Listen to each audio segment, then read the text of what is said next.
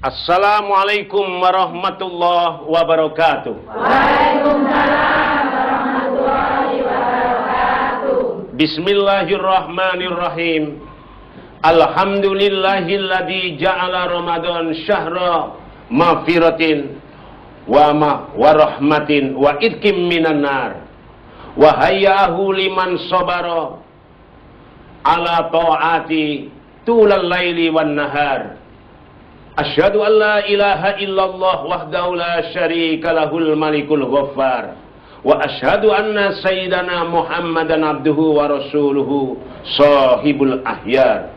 Allahumma salli wa sallim wa barik ala sayyidina Muhammad wa ala alihi wa ashabihi ila siratim mustaqim. Penikmat Malang TV yang berbahagia, Allah mengingatkan kepada kita bahwa semua amal baik yang pernah kita lakukan itu tidak disia-siakan, pahalanya dilipat gandakan oleh Allah sampai 10 lipat ganda. Amin. Man jaa bil hasanat falahu asru amsalihah. Siapa orangnya berbuat amal kebagusan sekali saja, orang itu amal kebagusannya dilipat gandakan oleh Allah sampai 10 lipat ganda. Amin. Allahumma amin. Tetapi kalau di bulan Ramadan, pahalanya tidak hanya dilipat gandakan 10 lipat ganda. Amalan fardu di bulan Ramadan sekali dikerjakan ila sab'ina marrah, dilipat gandakan 70 kali. Sekali sholat asar sama dengan sholat asar 70 kali. Sekali sholat zuhur di bulan Ramadan, pahalanya sama dengan 70 kali sholat zuhur. Kalau berjamaah Pak, kalau berjamaah pahalanya 70 kali dikalikan 27 derajat. Allahumma amin. Ini amalan fardu. Sedangkan amalan sunnah, kata Nabi, al-hasanatu yudha'afu ila sab'i mi'ati dhibin.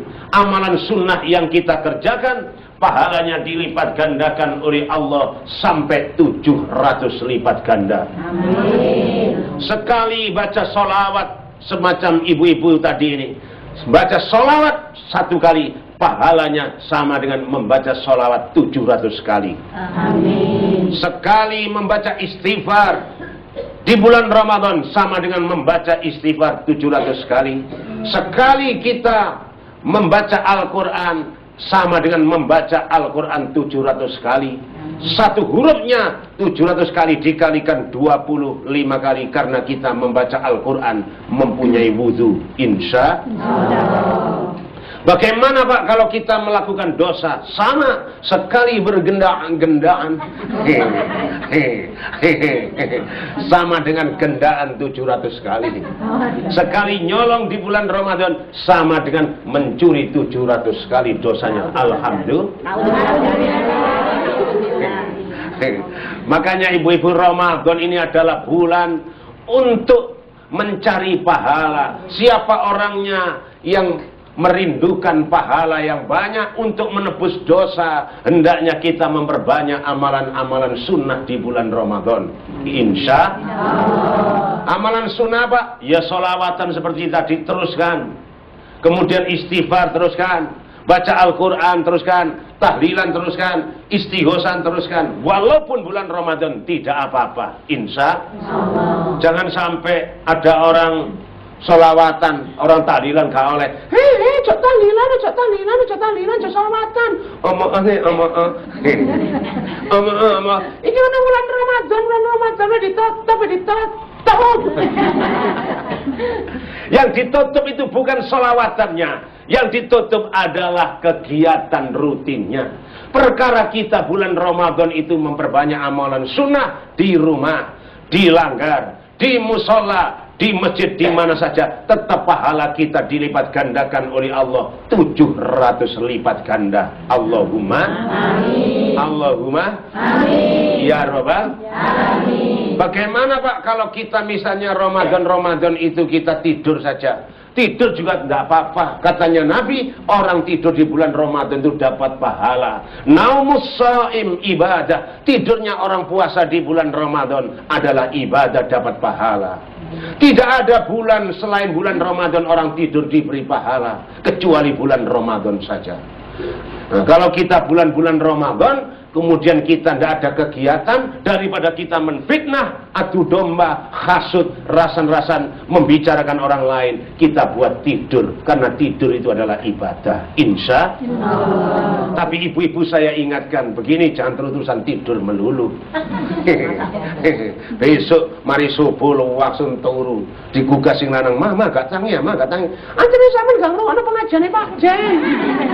Apa jare Pak Jen apa? Jare Pak Jen turu lho ibadah. Aku saiki yo kan ibadah. Gak tangi-tangi lek gak dohor. Dohor tangi mapan turu lho, turu meneh mah. Iya ya ibadah mana sih? Tetap itu dapat pahala, tapi saya ingatkan kalau ibu-ibu, bapak-bapak terus-terusan tidur, terus tidur semacam itu lengkap 1 bulan, mari riyo beri-beri ya. Penikmat, pemirsa Malang TV, acara ini belum selesai. Jangan pergi kemana-mana, kita lanjutkan setelah yang satu berikut ini.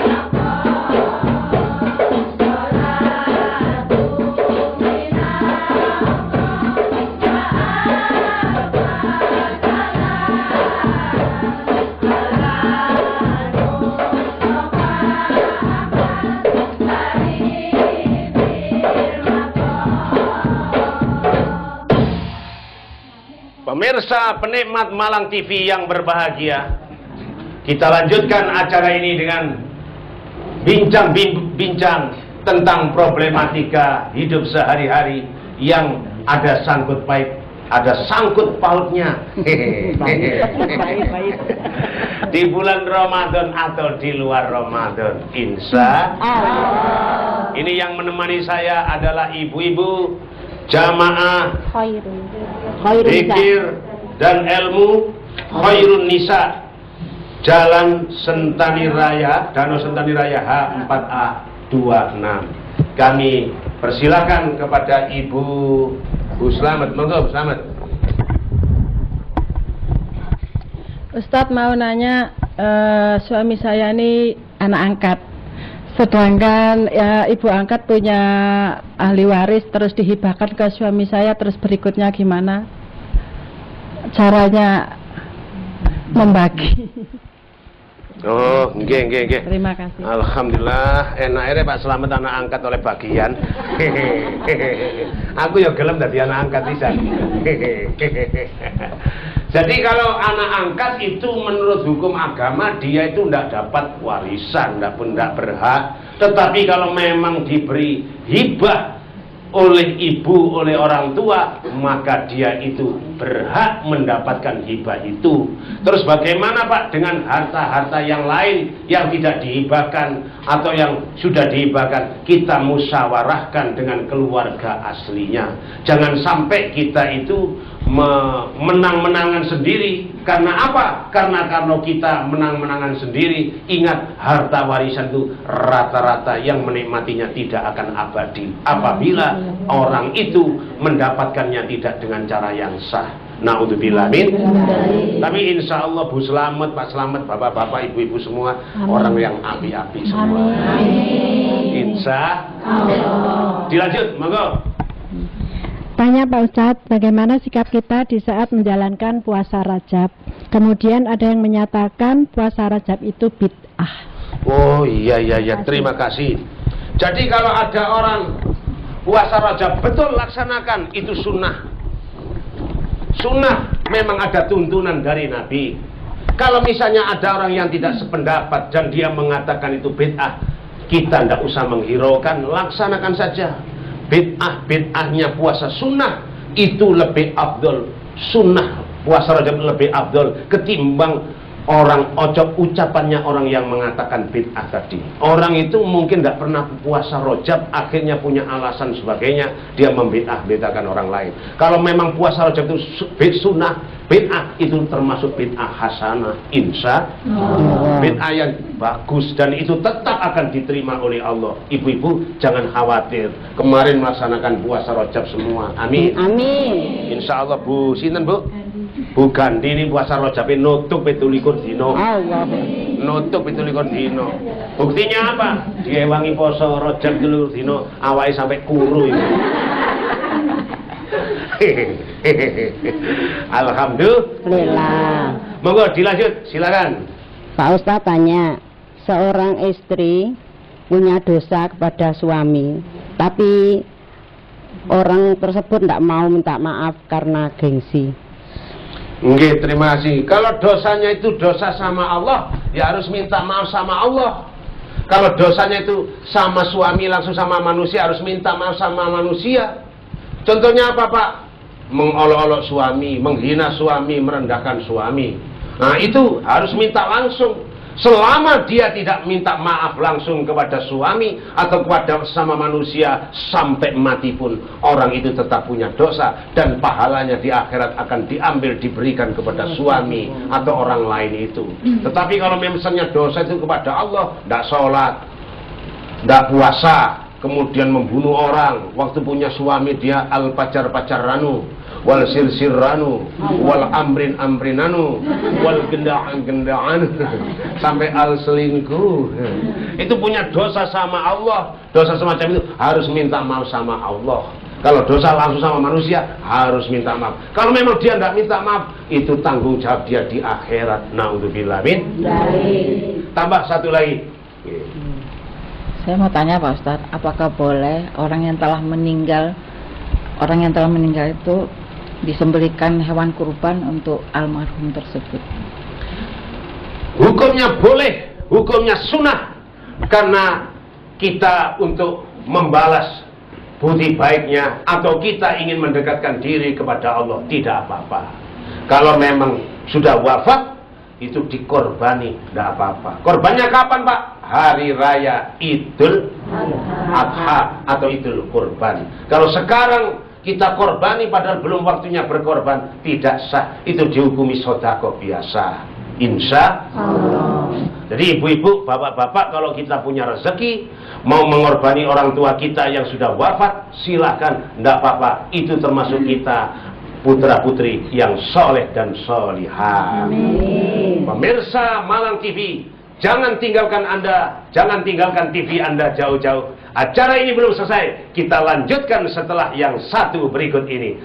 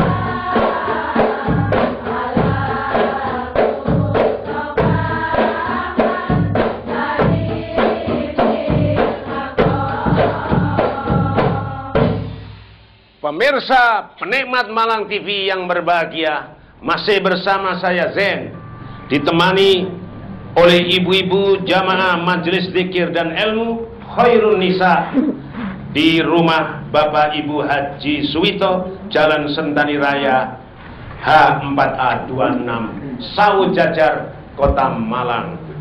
Acara ini kita lanjut dengan acara bincang-bincang tentang problematika Ramadan dan di luar Ramadan. Saya persilahkan kepada Ibu. Oke, monggo Bu. Bu siapa Bu? Ibu Tias. Oh, Ibu Tias, monggo.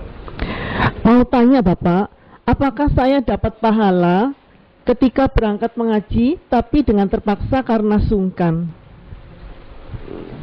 Iya. Jawabannya, kalau pergi mengaji, pergi sholawatan, pergi ke majelis zikir, majelis ilmu, jangan karena sungkan. Itu tetap orang itu tidak dapat pahala. Pahalanya cuma dapat pahala sungkan tadi. Faman kana yarju liqa'a rabbi falyamal 'amalan shalihan. Falyamal 'amalan shalihan wa la yusyrik bi ibadati rabbi ahada. Siapa orangnya yang ingin bertemu Allah di hari kiamat, katanya Allah hendaknya orang itu berbuat amal kebagusan, ya ngaji, ya sholawatan, ya baca Al-Quran. Tetapi jangan sampai waktu kita mengaji baca Al-Quran karena sungkan. Kita niatkan untuk Allah. Kenapa? Karena kita setiap sholat bersumpah, inna sholati wa nusuki wa mahyaya wa mamati lillahi rabbil alamin. Ya Allah, sesungguhnya sholatku, hidupku, ibadahku, hidupku sampai matiku, semua yang aku lakukan itu lillah, untukmu ya Allah Rabbil alamin, Tuhan penguasa alam semesta. Insya Allah. Dilanjut, monggo Bu. Pak Ustadz, saya mau tanya, apakah boleh melaksanakan sholat di saat sujud terakhir ditambah dengan doa dengan bahasa Indonesia? Oh iya.